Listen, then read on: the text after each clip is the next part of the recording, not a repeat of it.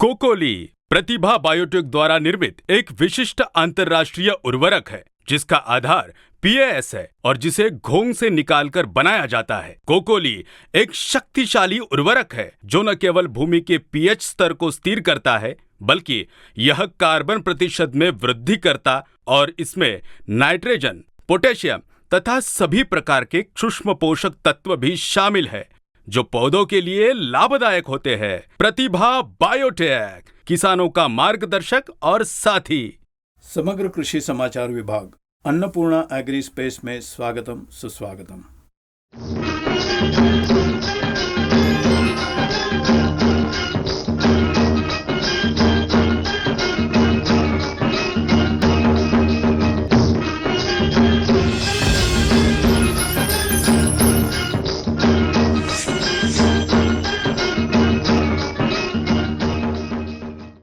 हम इस 33वें भाग में मिर्ची और तरकारी के फसलों में ब्लाइट, तुषार सड़न या वायरस, इसका निवारण कैसे करना है या कैसे बर्दाश्त करना है, इसके बारे में जानेंगे। मिर्ची और तरकारियों के फसलों के बारे में हमने एक एपिसोड बनाया है, लेकिन पिछले कुछ दिनों से सवाल पूछे जा रहे हैं कि हमने मिर्ची की फसल बोई है लेकिन इसमें तुषार सड़न या वायरस आकर फसल निकालने की स्थिति आ गई है, कुछ छिड़काव करने से भी फायदा नहीं हो रहा है। इस तरह के फोन और सवाल पूछ रहे हैं, इसलिए इससे संबंधित वीडियो बनाने के लिए आपके सामने आया हूं। मैंने पिछले एपिसोड में बताया है कि कृषि विभाग में दुर्घटनाओं की घंटियां बज रही है। सिर्फ मिर्ची में ही नहीं, कोई भी फसल हो यही स्थिति है, क्योंकि आपको बहुत से विभागों में बोला है, वही फिर एक बार बताता हूँ। हमारी खेती बाड़ी बेहतर होने के लिए, अच्छी उपज पाने के लिए, कोई भी फसल उगाने से अच्छी उपज आने के लिए पहले अपने ज़मीन का उपचारण कीजिए, आपकी ज़मीन का टीकाकरण कीजिए। ऐसा मैंने बहुत बार बताया है। वो ना करने से ही पिछले 3-4 सालों से मिर्ची उगाने में नर्सरियों में भी तंदुरुस्त पौधा लेकर रुपाई करने से ही 10 दिन बाद भी ऐसे कीट आना बहुत स्वाभाविक हो रहा है। उसके बाद कीटों का निवारण मुश्किल होकर फसल उखाड़ दे रहे हैं। इतना निवेश करने के फसल को उखाड़ देना, ये सब करने के बजाय आपके जमीन का उपचारण करना बेहतर है। ये करने के लिए क्यों आगे नहीं आ रहे हैं लोग? इस विभाग को 5 से 6 हजार लोग देखते होंगे, लेकिन वो भी नहीं करते होंगे, क्योंकि हमें मेहनत का कुछ भी काम करना पसंद नहीं है। लेकिन कर्जा उधार लेकर कीट नियंत्रण की दवाइयां खरीदकर कई बार भी छिड़काव करने के लिए तैयार है। हर 2-4 दिन में 1500 से 2000 रुपए तक खर्च करेंगे। लेकिन एक बार बीज बोने से पहले अपने जमीन का उपचारण कीजिए, हर साल कीजिए। ऐसा करने से कोई भी फसल बोने से कीट आपके फसल के पास नहीं आएंगे। 3 साल के बाद जमीन का स्वरूप ही बदल जाएगा। कोई भी फसल आप हिम्मत से बो सकते हैं। ऐसे नहीं करेंगे, 500 किलो गोबर, जैविक उर्वरक, जैविक नियंत्रकों की 10 दिन तक वृद्धि करके बुआई से पहले जमीन को नहीं देंगे तो ऐसे ही परिस्थिति लगातार आती रहेगी। बहुत नुकसान हो जाएगा। पहले थोड़ा निवेश करना पड़ेगा, टीकाकरण के लिए खर्चा होगा, लेकिन उसके बाद बहुत से छिड़काव कम हो जाएंगे जिससे पैसा बचेगा। ये सोचे बिना इंसान में होने वाली बहुत गलत बात यह है कि हाथ जला लेने के बाद ही पछताना। समस्या आने तक इसके बारे में नहीं सोचते। आपको कई भागों में मैंने बताया है कि कीटों को आने से पहले ही रोक सकते हैं, लेकिन कीड़े आने के बाद ही पिचकारी करनी है, ये मैंने बताया है। इसलिए कीट आने के पहले सावधानी जो कोई बरतता है, जो भी अपनी जमीन को उपचारण करता है या टीकाकरण करता है, उन्हें ऐसी समस्याएं नहीं आएगी तो भी कम आएगी। उस वक्त छिड़काव करने से नियंत्रण हो जाएगा।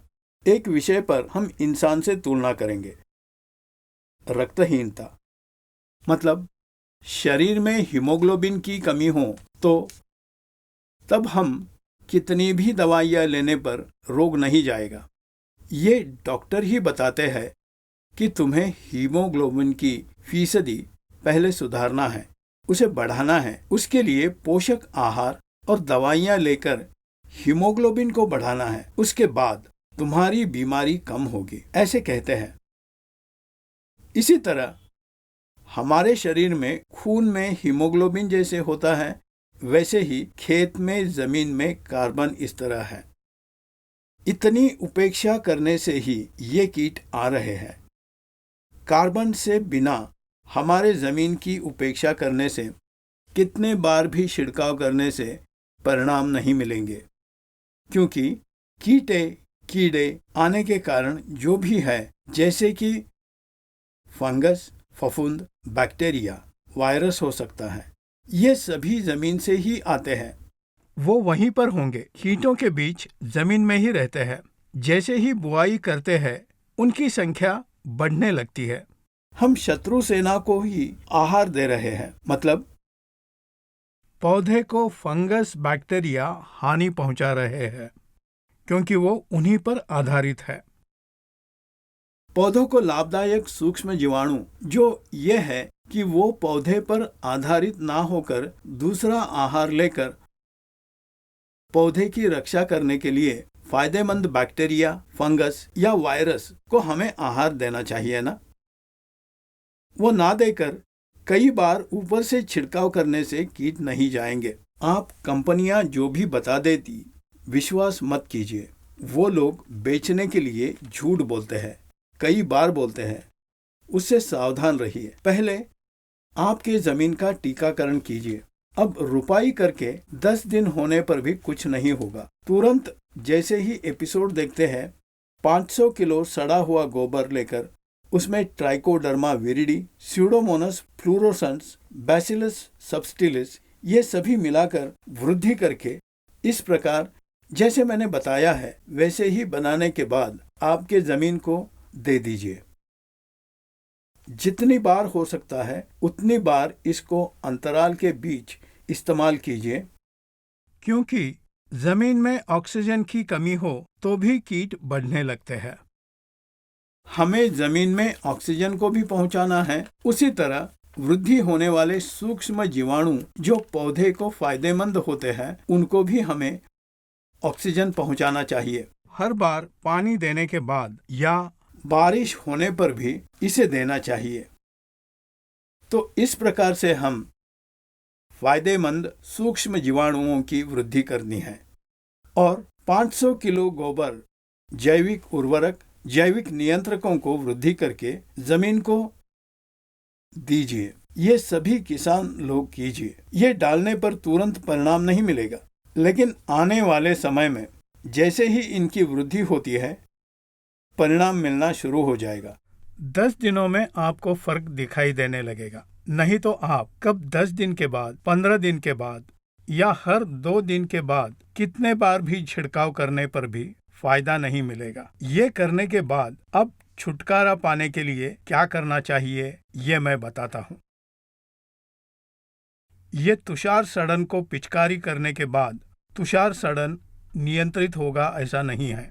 वो आने से पहले ही हमें रोकना चाहिए। अब कितनी भी दवाइयाँ छिड़काव करने से भी हमारा खर्चा बढ़ेगा, मगर उसके प्रभाव में ज्यादा फर्क नहीं पड़ेगा। इसका फायदा लेकर कई सारी कंपनियां गिबरलिक एसिड मिलाए हुए ग्रोथ प्रमोटर्स आपको बेच रहे हैं। वो तुम्हें नहीं मालूम।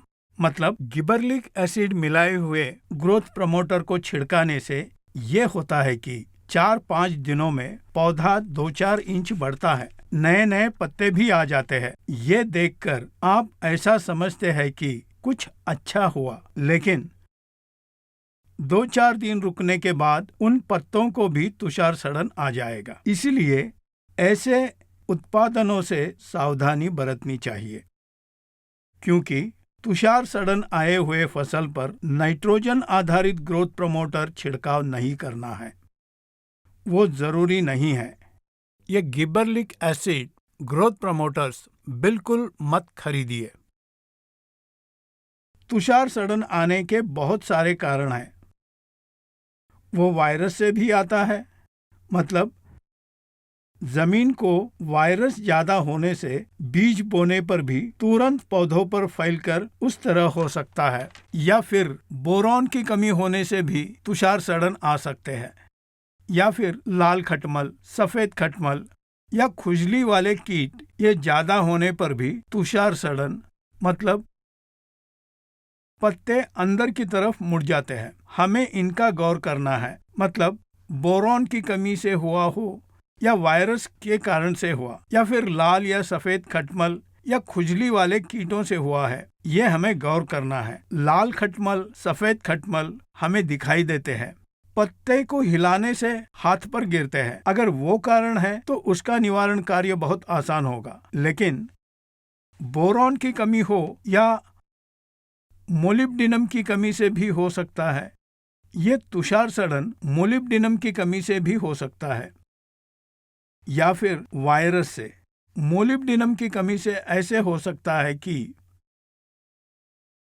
हम पौधों को देने वाले फास्फोरस, यूरिया, पोटेशियम रासायनिक रूप में जो दे रहे हैं, इसे पौधा ग्रहण करने के बाद, मतलब नाइट्रोजन को नाइट्रेट रूप से लेता है। लेकिन वो जीवन रासायनिक कार्य में शामिल हो तो नाइट्राइट में बदलना चाहिए। नाइट्राइट में बदलने के लिए मोलिब्डेनम जरूर चाहिए। पौधे में मोलिब्डेनम की कमी हो तो नाइट्रेट वैसे ही रह जाएगा। ये नाइट्रेट सभी ब्लॉक में जमा होकर पौधे को आहार ग्रहण करने में वो अटकाव करेंगे।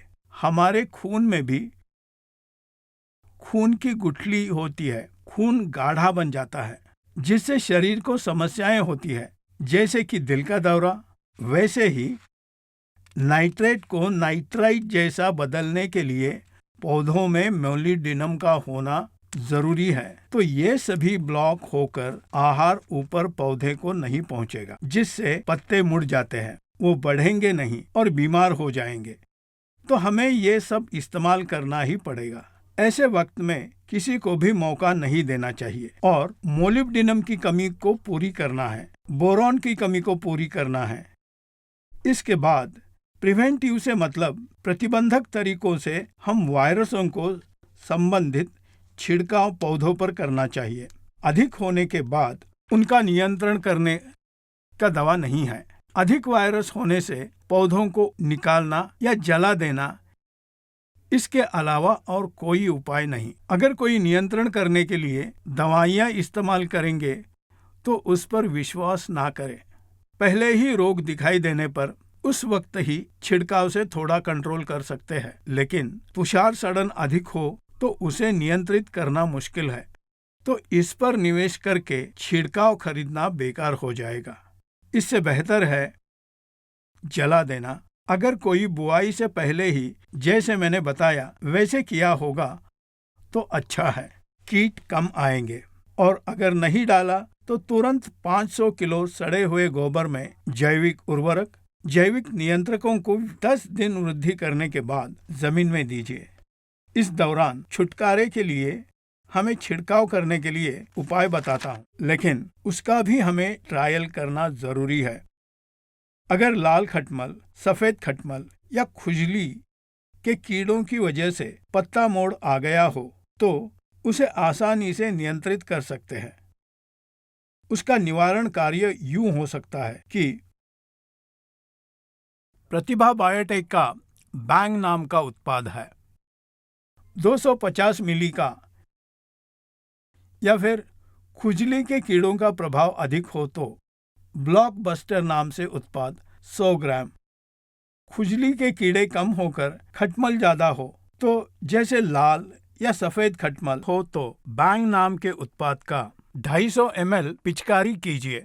अगर लाल और सफेद खटमल कम होकर खुजली के कीड़े ज्यादा हो तो ब्लॉकबस्टर उत्पाद 100 ग्राम प्रति एकड़ लीजिए। इसके साथ बोरॉन 250 ग्राम लेकर मोलिब्डेनम की कमी पूरी करने के लिए प्रोमो उत्पाद 50 ग्राम और नए अंकुरित पौधों में 50 ग्राम और पक्व फसल हो तो 100 ग्राम। इन्हें मिलाकर एक बार पिचकारी कीजिए। मतलब खुजली के कीड़े अधिक और खटमल कम हो तो ब्लॉकबस्टर 100 ग्राम दीजिए। खुजली के कीड़े कम होकर खटमल अधिक हो तो बैंग उत्पाद 250 मिली लीजिए। इन दोनों में से कोई एक लीजिए।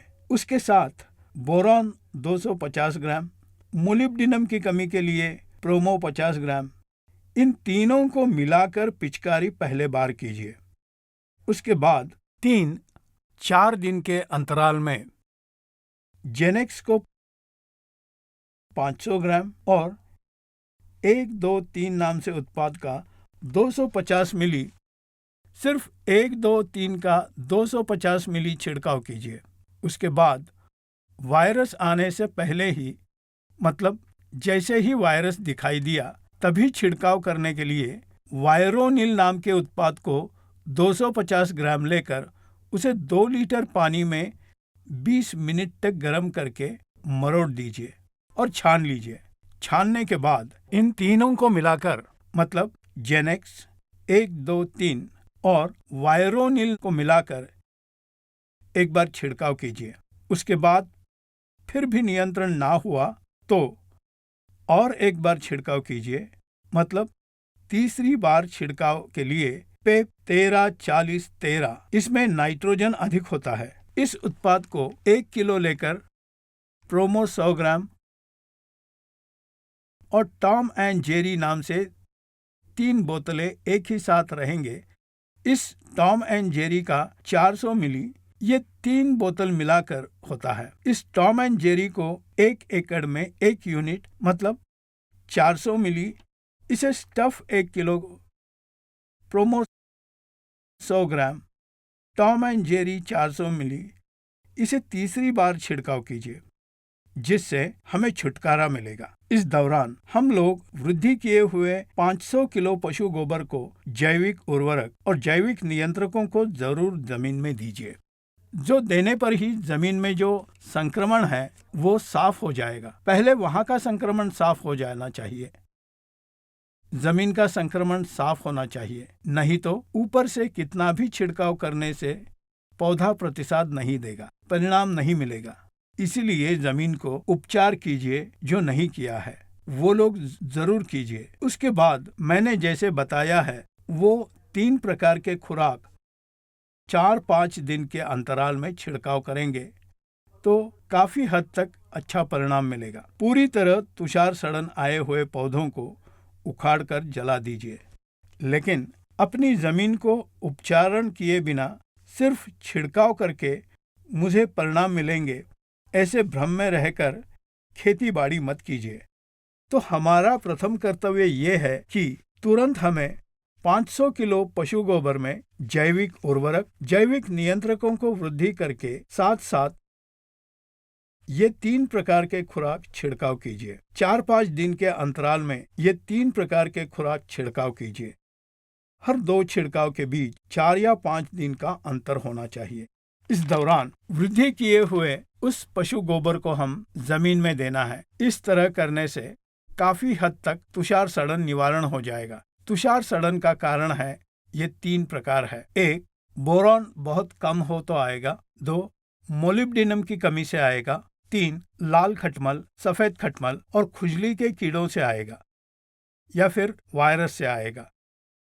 तो इस प्रकार हमें सभी प्रकार के उपाय करने चाहिए। मतलब बोरॉन की कमी को, मोलिब्डेनम की कमी को नष्ट करना है, लाल खटमल, सफेद खटमल, खुजली के कीड़ों का निवारण करना है। अगर पूरी तरह तुषार सड़न को वायरस के कारण हो तो हमें वायरोनिल या टॉम एंड जेरी को इस्तेमाल करेंगे और छिड़काव करेंगे। मतलब निवारण के लिए छिड़काव करना है। मतलब हल्के से तुषार दिखाई देने पर वायरोनिल का 250 ग्राम पानी में उबालकर इसका फिल्टर करने के बाद इस्तेमाल करना है, या फिर टॉम एंड जेरी 400 मिली का छिड़काव करे, किसी एक का छिड़काव करे। काफी हद तक तुषार सड़न का निवारण हो जाएगा।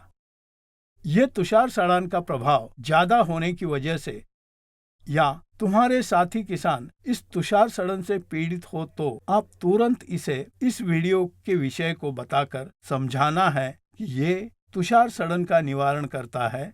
इस तरह सहायता करेंगे ऐसी आशा करता हूँ। धन्यवाद।